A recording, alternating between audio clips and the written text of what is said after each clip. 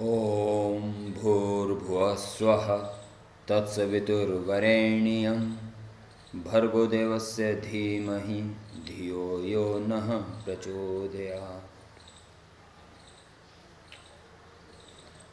प्यारे बच्चों, circular motion के जो नोट्स आप साथ साथ लिख रहे हो और ग्रुप में डाल भी रहे हो, इस बात से तुम्हें बहुत प्रसन्न हूँ। परंतु न्यूमेरिकल्स भी काफ़ी हद तक पूछ रहे हो। आज भी मैंने लगभग ध्यान से बहुत अच्छे न्यूमेरिकल्स रोहन कुमार ने पूछे हैं, जवाब मिल गया है। परंतु हो सकता है ऑनलाइन की प्रॉब्लम हो। वो लेवल न्यूमेरिकल्स का जहाँ नीट और इंजीनियरिंग के क्वेश्चन भी आपके लिए बिल्कुल हंसते खेलते जैसे रह जाते हैं, वो लेवल नहीं पहुंच पा रहा है। हो सकता है ऑनलाइन की दिक्कत हो। फिर भी आप कोशिश करें कि अगर आपका कोई चैप्टर, कोई कॉन्सेप्ट यहाँ क्लियर हो गया हो तो बच्चों से कोई क्वेश्चन बचना नहीं चाहिए। मैंने आपको कुछ मैगजीन के बारे में बताया था, MTG की, physics for you and mathematics today. इनको अपडेट रखें, 30 रुपये की आती है और 2-3 महीने में एक खरीद लिए, बस, कोई खर्चा नहीं। न्यूमेरिकल्स जितने ज़्यादा करोगे बच्चों, उतना ही चैप्टर मजबूत होगा। अभी सेल्फ स्टडी है ही क्या? जो मैंने वीडियो भेज दी, आपने नोट्स बना लिए, बस हुई सेल्फ स्टडी? सेल्फ स्टडी तो उसको आधार मानते हुए आपकी अपनी स्टडी हुई। सर्कुलर मोशन को समाप्त करते हुए अब इस सर्कुलर मोशन को रोटेशनल मोशन में, जैसे आपके पास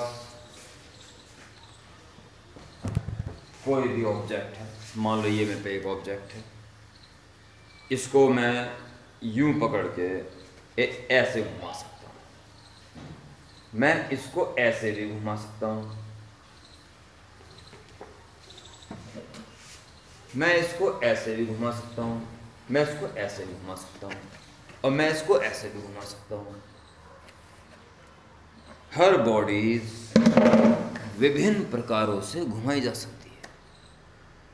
अब इसकी तरफ हम बड़े सुकून के साथ कदम बढ़ा रहे हैं।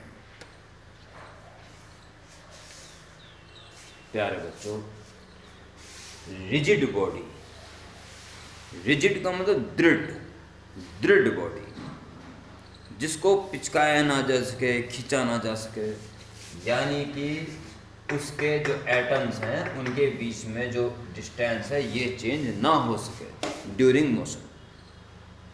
ओके, रिजिड बॉडी का बस इतना ही मतलब है, ये लिखना नहीं है आपको, पर अपने नॉलेज में जरूर रखना। Rigid body is that body in which there is no relative displacement, relative motion sorry, between its particles.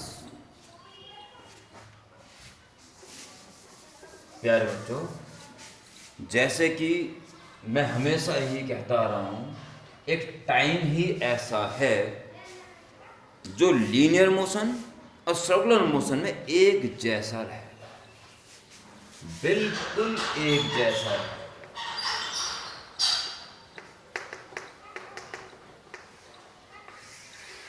ठीक है, बिल्कुल एक जैसा रहेगा। Linear motion, circular motion, displacement, angular displacement etcetera, ये मैं बहुत कुछ करा चुका था। अब बस मैं वो बता रहा हूं जो आगे बढ़ना है। फोर्स, लॉज ऑफ मोशन में फोर्स जो लगाना पड़ता था, F=ma। आपने भरपूर क्वेश्चन पुलिस वाले, कितने अच्छे क्वेश्चन आपने किए और पूछे, तो उसमें नेट फोर्स होता था F=ma। लीनियर मोशन में जो काम फोर्स करता था, सर्कुलर मोशन में या रोटेशनल मोशन में फोर्स का स्थान कौन ले लेगा? टॉर्क। आपने बीच में कुछ क्वेश्चन पूछे थे, कि गाड़ी पलट जाएगी, पलटने के लिए बचेगी कैसे।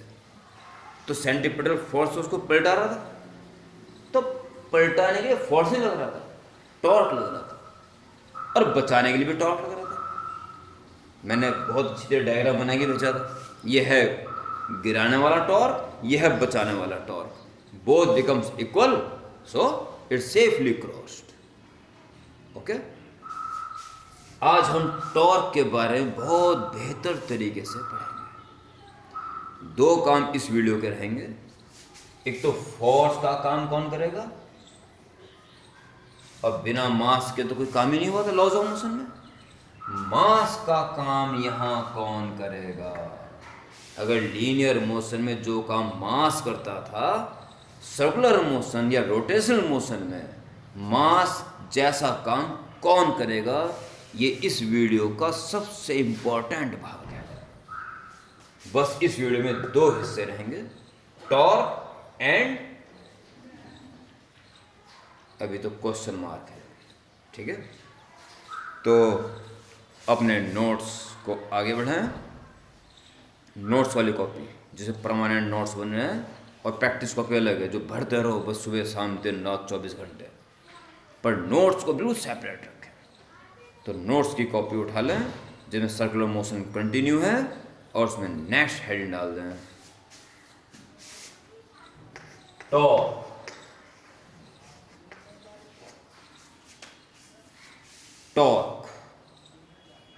सर्कुलर मोशन में वो फिजिकल क्वांटिटी टॉर्क जो बिल्कुल वही काम करेगी सर्कुलर मोशन में जो काम करता था फोर्स लीनियर मोशन में। Okay, heading torque.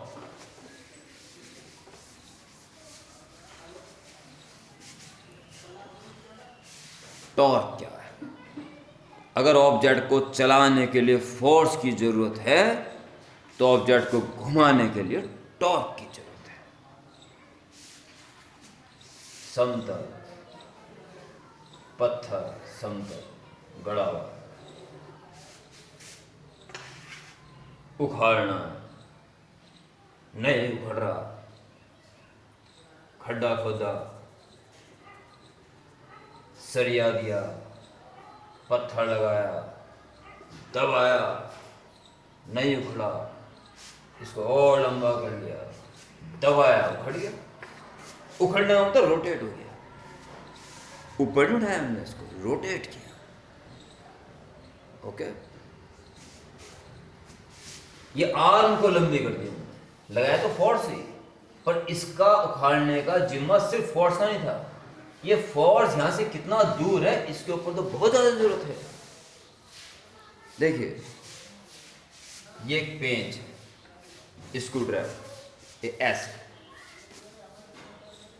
ये जाम हो गया, अब खुल नहीं रहा है। खोलें कैसे। एक पेंच का स्क्रू ड्राइवर लगाएं और नहीं खुल रहा। अगर इसका हत्ता चौड़ा हो और तब घुमाए, शायद चांस हैं खुलने के। और प्यारे बच्चों, अगर पेंच यहां दिया और यहां पे टी बना रखी उसकी, उसे पकड़ के यूं है तो जल्दी खुल जाए। तीन केस को समझो हो क्या रहा है। ताकत तो हम एक ही लगा रहे हैं। एक्सिस ये है घूमने की, इस एक्सिस से जितना दूर फोर्स लगा रहे हैं हम, उतना इसको खोलना आसान है। यही टॉर्क है बस। यानी कि फोर्स भी लगाना है, और जो एक्सिस के रिस्पेक्ट में घूमना है, उससे जितना दूर फोर्स लगाएंगे हम, उतना ही टॉर्क ज्यादा लगेगा और घूम जाएगा। यानी फोर्स भी ज्यादा हो, परपेंडिकुलर डिस्टेंस भी ज्यादा हो, यानी F इंटू परपेंडिकुलर डिस्टेंस। ये है टॉर्क, जिसमें कोई एक चीज भी बढ़ेगी, या तो ताकत ज्यादा लगाओ, या उस एक्सिस से जितना दूर हो सके लगाओ, यानी आर्म लंबी होनी चाहिए। आई बात समझ। ये मान लो एक दरवाजा है, ये एक्सिस है, और ऐसे बंद होता है, हत्ता कहाँ लगाना पसंद करोगे? वो कुंडा, हैंडल जिसके पेड़ खोलते हैं, जाहिर है साइड में यहाँ तो लगाओगे कि पेड़ खींच रहे हो? नहीं, एक्सिस से जितना दूर हो सके तुम हल्के से फोर्स से ही खुलिए। घुमाने के लिए टॉर्क की जरूरत थी, और टॉर्क फोर्स भी ज़्यादा हो और डिस्टेंस भी ज़्यादा हो। अगर डिस्टेंस बहुत ज़्यादा कर दी तो कम फोर्स ही काम चल जाएगा। उम्मीद करता हूँ सब कुछ समझ में आ गया होगा।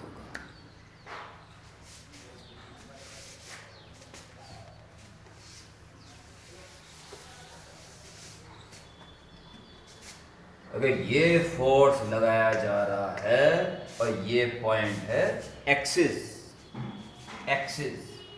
बॉडी रही होगी ये कहीं, उस बॉडी फोर्स लगाया गया है और इसके रिस्पेक्ट में वो बॉडी घूमेगी, तो टॉर्क कैसे कह रहे हैं? ये फोर्स और एक्सिस से इस फोर्स की परपेंडिकुलर डिस्टेंस, चाहे पीछे हटाना पड़ जाए इसकी एक्शन लाइन को, this, okay. Torque produced by force into perpendicular distance, torque is force into perpendicular distance, okay. तो आपने हैंड डाली टॉर्क, उसमें केवल ये डायग्राम बनाएंगे, इसे ना लिखें, केवल डायग्राम, और उसके बाद लिखें torque produced by a force is defined as the product of that force and perpendicular distance of this force from axis of rotation. Okay? उसके बाद फिर torque is equal to torque for F into perpendicular distance up. Okay. बाकी ये एक vector quantity है,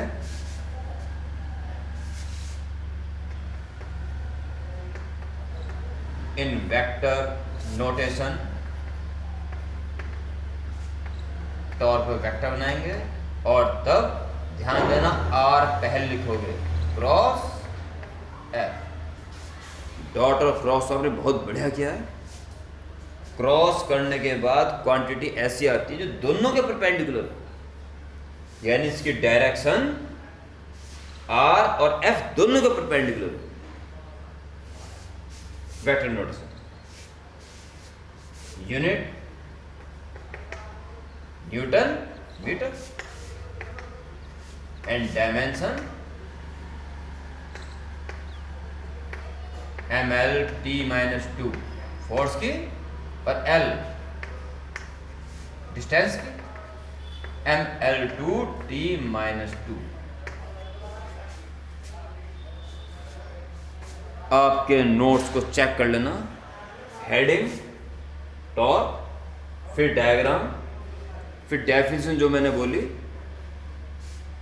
formula, notes, units and dimension, ये check कर लेना, इसमें कोई चीज़ छूटती नहीं गई है। और इसके आगे तभी देखना, पॉज कर देना बिल्कुल, जब तक ये सारे पॉइंट अपडेट ना हो गए, लिख ना लिए गए, तभी इसके आगे की वीडियो देखनी है।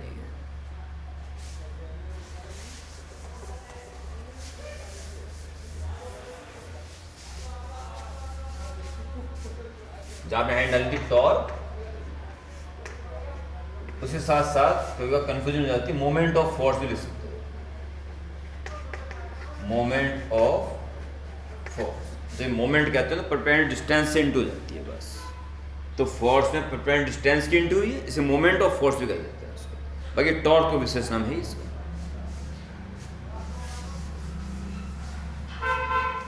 चलिए आइए इस वीडियो की सबसे महत्वपूर्ण पॉइंट, अगर लीनियर मोशन में मास काम करता है तो सर्कुलर मोशन में इसके बदले क्या काम करेगा?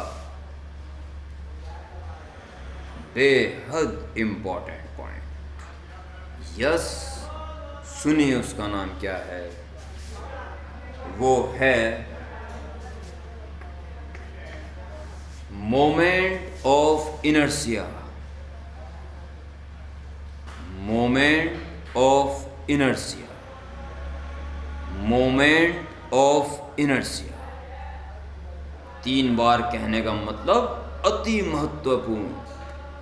जड़त्व आघूर्ण हिंदी में इसका नाम है। अगर मास ज्यादा है तो चलाना मुश्किल है। तो सिर्फ हम बोलेंगे अगर मोमेंट ऑफ इनर्शिया ज्यादा है तो चलाना नहीं, घुमाना मुश्किल है। एक आती हुई बॉडी है, बहुत ज्यादा मास की है, तो उसको रोकना बड़ा मुश्किल है।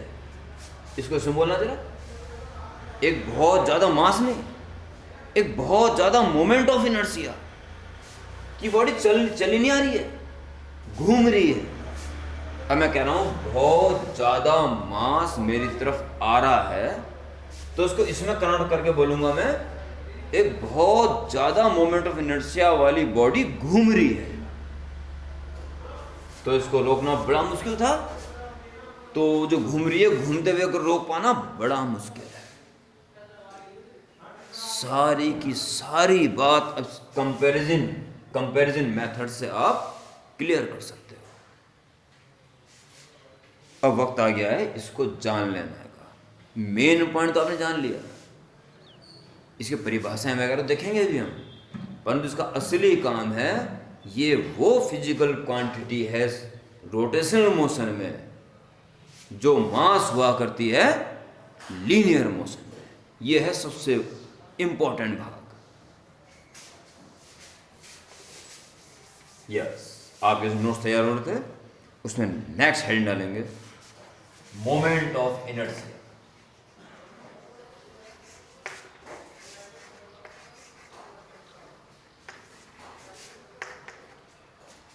Moment of inertia. कोई पार्टिकल अगर सर्कुलर मोशन डिस्क्राइब कर रहा हो और एक्सिस ये हो, इसके रिस्पेक्टिव घूम रहा हो,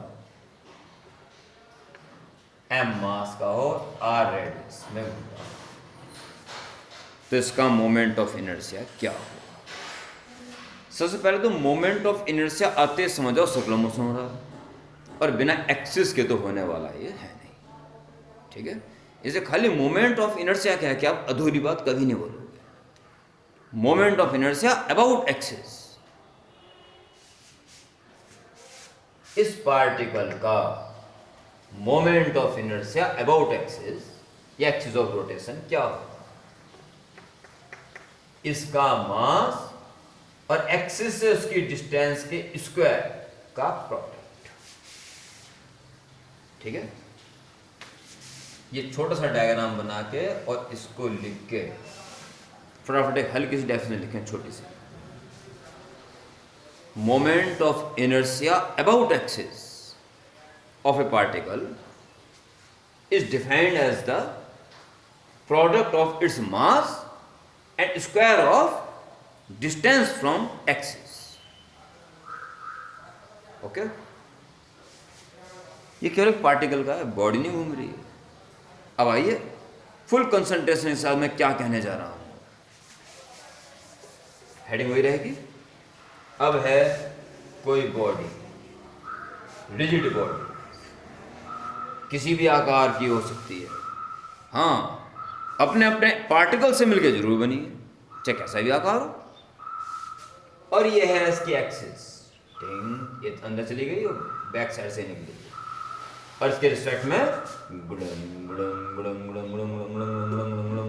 ऐसे घूम रही है, ठीक है,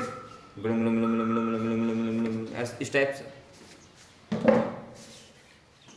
घुमाने कहीं भी हो सकते हैं, ठीक है। और ये बॉडी तमाम पार्टिकल से मिलकर बनी हुई है। जब बॉडी घूम रही है तो उसके तमाम पार्टिकल्स के ऊपर विचार कीजिए। इस पार्टिकल का नाम मान लो है रामलाल, ठीक। बॉडी घूम रही है, गुड़ुंग गुड़ुंग गुड़ुंग गुड़ुंग गुड़ुंग। अब बॉडी मत देखिए, आपकी निगाह उस रामलाल को होनी चाहिए बस। बॉडी गुड़ुंग गुड़ुंग गुड़ुंग घूम रही है और रामलाल एक सर्कुलर चक्कर काट रहा होगा बस।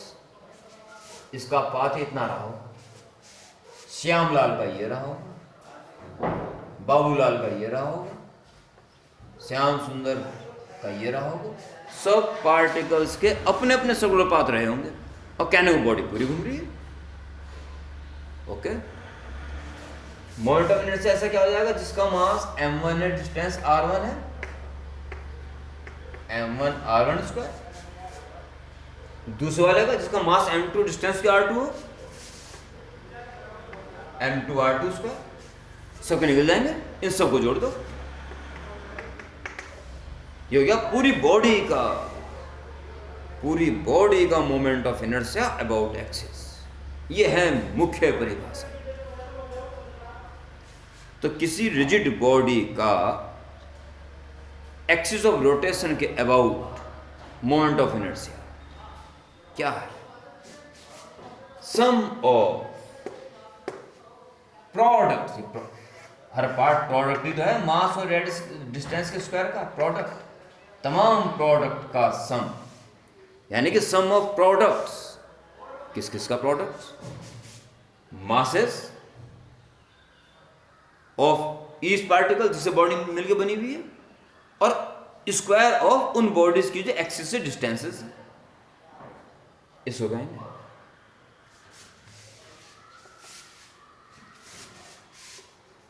mr square. किसी एक पार्टिकल का मोमेंट ऑफ इनर्शिया, और समेशन का मतलब ऐसे ऐसे जितने भी पार्टिकल्स का सबका निकाल के जोड़ दिया, is called moment of inertia. सबसे पहले आप ये डायग्राम बना के कुछ सेकंड में पार्टिकल शो कर देना, पर m1 r1 m2 r2 को 2 दिखा देना, बाकी डॉट डॉट डॉट बस। और इस फॉर्मूले को लिख दो, सीधा फॉर्मूले को लिख दो, क्योंकि फॉर्मूला देख के ही आप परिभाषा बना पाओगे। सुने, moment of inertia of a rigid body about axis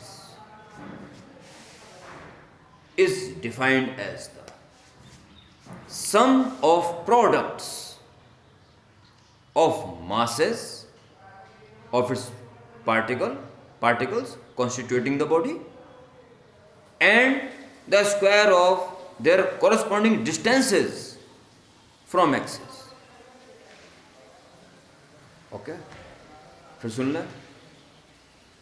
Moment of inertia of a rigid body about axis is defined as the sum of products of masses of particles constituting the body and the square of their corresponding distances from axis.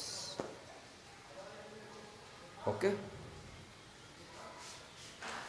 इस heading में वो छोटा diagram एक particle परिभाषा की थी, उसके बाद ये डायग्राम, ये फॉर्मूला, और जो बेल टाइप से मैंने अभी बोली। अपडेट करते रहना, पॉज करते रहना बीच में, कोई दिक्कत होती है तो, ठीक है। हालांकि अब तो आप समझ चुके हो, अब तो आपकी स्पीड नोट्स बनाने की बढ़ी रही होगी। यूनिट क्या हो जाएगी, KG metre square, and dimension KG ml2। Okay, तो आज की वीडियो को यहीं समाप्त करते हुए, अब तो ये जान चुके हो, जब मास की जगह मोमेंट ऑफ इनर्शिया और फोर्स की जगह टॉर्क आ चुका है, तो कितने बड़े बड़े काम आपने लॉज ऑफ मोशन में मास और फोर्स से किए थे। लटकी हुई पुली, टेबल पे रखी हुई ऑब्जेक्ट, पुली के थ्रू लटका हुआ, स्लैंट हाइट पे, ये सब एफ को टाइम यहीं पे तो चल रहे थे। यही सारा काम अब रोटेशनल मोशन में आने वाला है। बहुत ही इंटरेस्टिंग, आप खुद ही बस करने को आपका मन करेगा अगर सब कुछ इस तरह चलता रहा जैसे चल रहा है। और भी आप अच्छा करेंगे इसके बाद, और अच्छा करेंगे, यकीनन अच्छा करेंगे। तो यहाँ तक अपडेट करके अगली वीडियो के लिए बिल्कुल तैयार रहें। बड़ी इंटरेस्टिंग वीडियो आएगी, बहुत इंटरेस्टिंग वीडियो। ओके, जय हिंद।